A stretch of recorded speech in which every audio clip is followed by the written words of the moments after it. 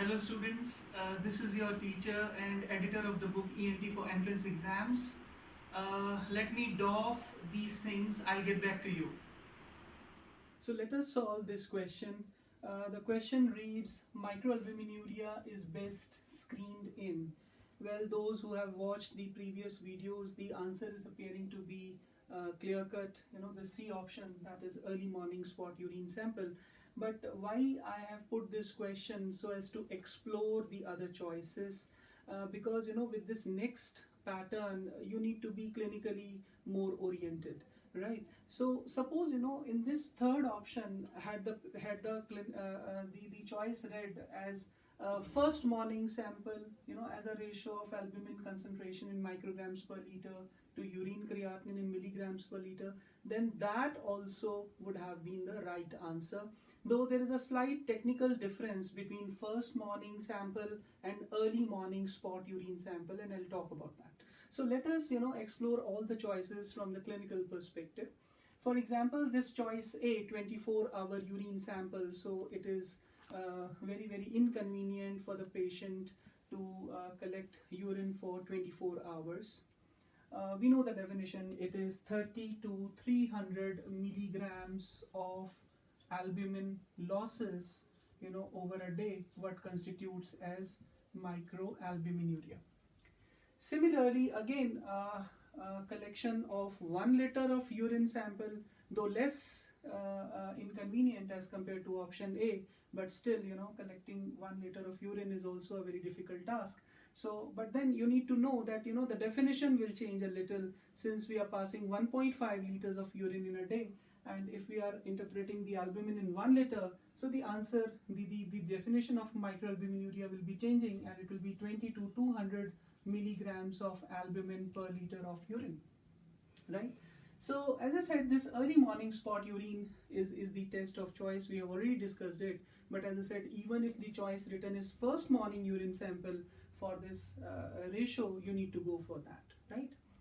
Okay, now this fourth option is something very important to explore, that is this urine dipstick method, right? You must have used this dipstick very frequently in your medicine wards or in medicine OPDs.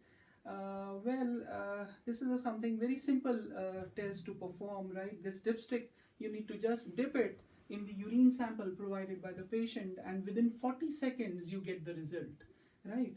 But the thing is, you need to know that this dipstick is able to detect proteinuria only if it is in the macro range, right? So unless and until this albuminuria is in a macro range, dipstick will not be able to sense it, right? So dipstick is a simple pH dependent test, albumin being negatively charged, so dipstick is able to pick up albumin, but as I said, only when it is in the macro range. Once the albumin levels are more than 300 milligrams over a day, with this much losses only the dipstick will be able to pick it up, otherwise not.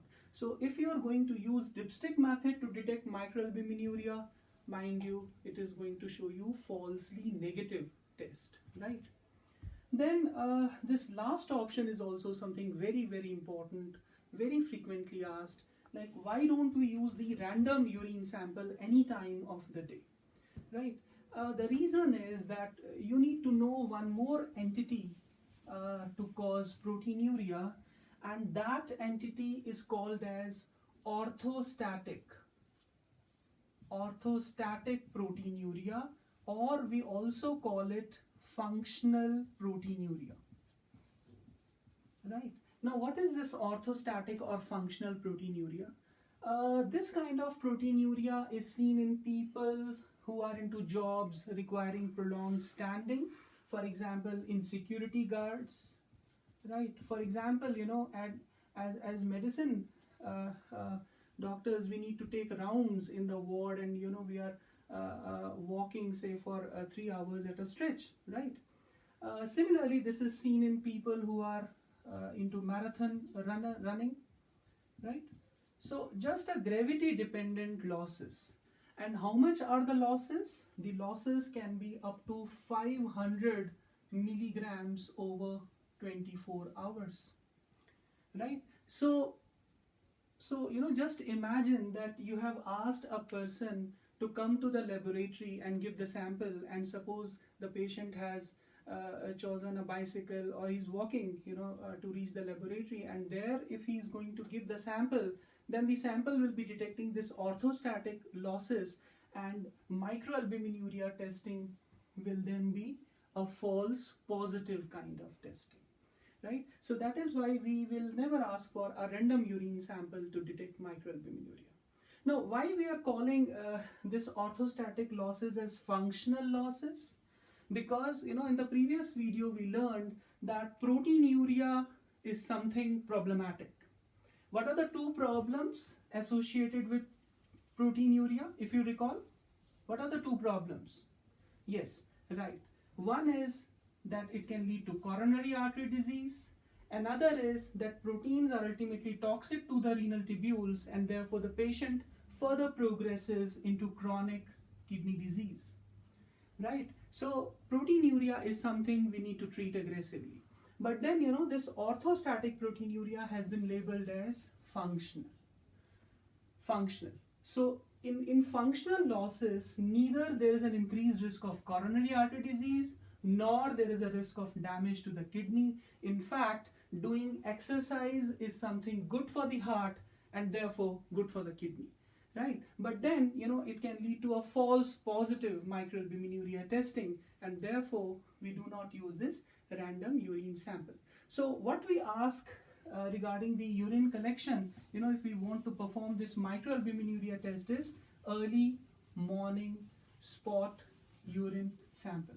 So I said a similar term the examiner may put into the choice, and that is, instead of this early morning spot urine sample, he may write first morning urine sample. So that choice will also do.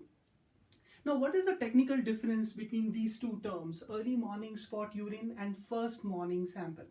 Like you all know that, suppose if we are suspecting urinary tract infection in a patient. So this patient has come to us with burning urine, increased frequency of urine, there's a discomfort in the lower abdomen. So we have advised this patient to get a first morning sample, and we'll be screening this first morning sample for any pus cells, for bacteriuria. We may take the sample for culture as well, right? So here we insist that it should be a first morning sample, because what happens is that, say, the patient has collected the urine after 6 hours once he has woken up in the morning. So in this 6 hours duration while the patient was sleeping, there's a continuous inflow of urine to the bladder. So the pus cells, the bacteria are growing, the pus cells will be there in more and more numbers, so that the infection can be picked up easily, right? So but then, this early morning spot urine is also it also means that once the patient awakens in the morning, he need to collect the urine, because we do not want that orthostatic protein losses to come into picture. And technical difference is that here, suppose, if the patient has woken up in the morning and after that he has passed the urine, he has forgotten that he has to take the sample. So after 20 minutes he can take the second sample. It will not make any difference. After all, he was in his home only, sitting comfortably on his bed, or again he went to sleep, so he has collected the second sample. So that will also do, and that is why we are using the term early morning spot urine sample, right? So just a slight technical difference, but as I said, even if the choice written is first morning sample, you can go safely with that.